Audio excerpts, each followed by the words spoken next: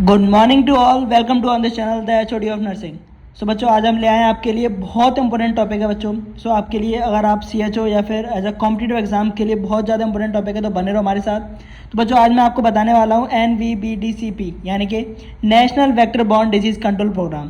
तो बच्चों, जो national vector borne disease control जो प्रोग्राम था वो बच्चों आपका, उसको हम लोग एज अ अम्ब्रेला प्रोग्राम भी बोलते हैं, क्योंकि इसके अंडर में बच्चों 6 वेक्टर बॉर्न डिजीज़ आपकी इंक्लूडेड है।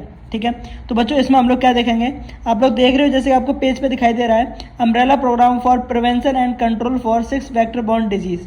तो बच्चों, वो 6 वेक्टर बॉर्न डिजीज कौन कौन सी थी आपकी? Malaria, dengue, chikungunya, Japanese encephalitis, kala azar या फिर फाइलेरिया। बच्चों, आप इनको लर्न करने के लिए मेरे पास एक ट्रिक भी है। आप ऐसे ट्रिक दे सकते हो जैसे कि माइक KFC DJ। ठीक है, माइक KFC DJ। तो माई M फॉर मलेरिया, ठीक है, वाई का थोड़ी देर के लिए छोड़ दे रहे हैं, KFC का सुनो, KFC kala azar, F for filaria, C for chikungunya, DJ, D for आपका dengue and J for Japanese encephalitis. ठीक है, तो 6 vector borne disease which are included in umbrella. तो आप देख रहे हो ये आपकी जो डिजीज है बच्चों, आपकी किसके अंडर में आती है? Under the overall umbrella of NRHM। ठीक है, नेशनल रूरल हेल्थ मिशन के अंडर में आती है बच्चों आपकी, जिसको अगर प्रिवेंट करने के लिए बहुत सारे वे बताए गए।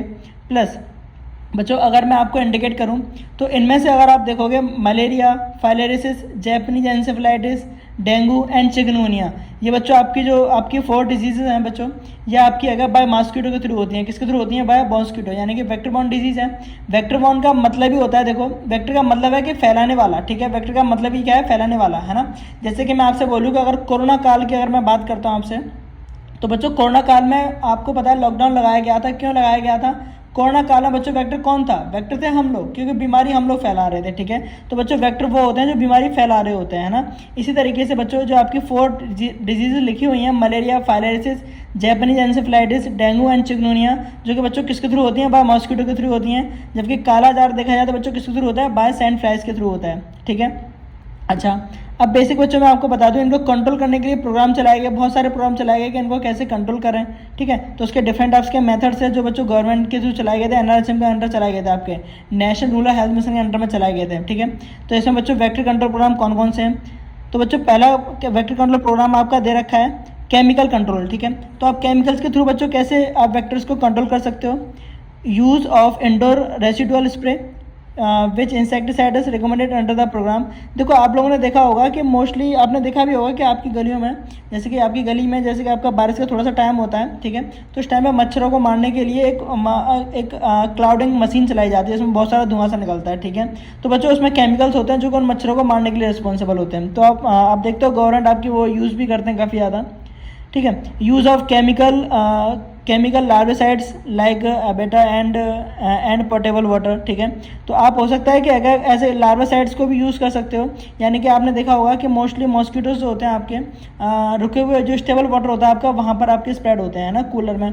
तो आप अगर उन जगह पे ऐसे आप लार्वासाइड्स एक्वेटिक ऑर्गेनिम्स को ग्रो करा सकते हो, जो कि उनके लार्वा को खा जाए, जिससे कि वो डेवलप ही ना हो। ठीक है, aerosol spray during day time and malathion fogging during outbreaks. ठीक है, तो आपने देखा होगा जो हम लोग जो फॉग प्रोड्यूस होता है उसमें मेलेथोनिन एज अ केमिकल यूज़ किया जाता है, जिसके से आपके इंसेक्ट्स जितने भी हैं बच्चों, जो वेक्टर्स हैं वो मारे जाएँ। ठीक है, नेक्स्ट बच्चों मेथड है आपका बायोलॉजिकल कंट्रोल प्रोग्राम। तो बायोलॉजिकल कंट्रोल बच्चों कैसे कर सकते हैं? Use a larva virus fish in ornamental tanks and fountains ETC।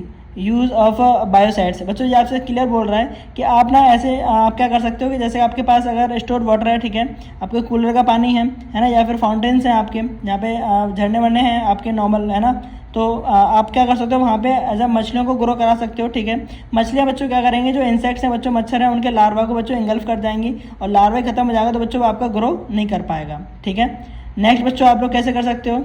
तो नेक्स्ट बच्चों आपका दे रखा है पर्सनल प्रोफिलाइटिक मेजर्स। तो बच्चों पर्सनल प्रोफिलाइटिक मेजर्स क्या क्या यूज़ कर सकते हो? तो जैसे आपको डायग्राम में दिख रहा होगा कि इसमें एक मच्छरदानी टाइप से दे रखी है कि आप इसे प्रिवेंट कर सकते हो, है ना। तो देखो सुनो, ये आपके बच्चों पर्टिकुलर इंडिविजुअल के लिए होते हैं आपके, है ना।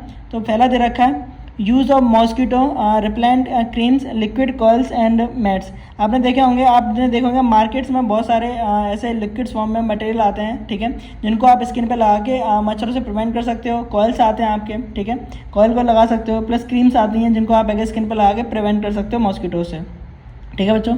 नेक्स्ट रखा है screening of the houses and with wire message, है ना। तो आप बाकायदा आप अगर जो हाउसेस हैं आपके उनको वायर मैसेज कर सकते हो, जिसकी वजह से अगर क्या होगा कि मॉस्किटो वगैरह कोई भी एंट्री नहीं कर पाएंगे और एंट्री करते मर जाएंगे, है ना।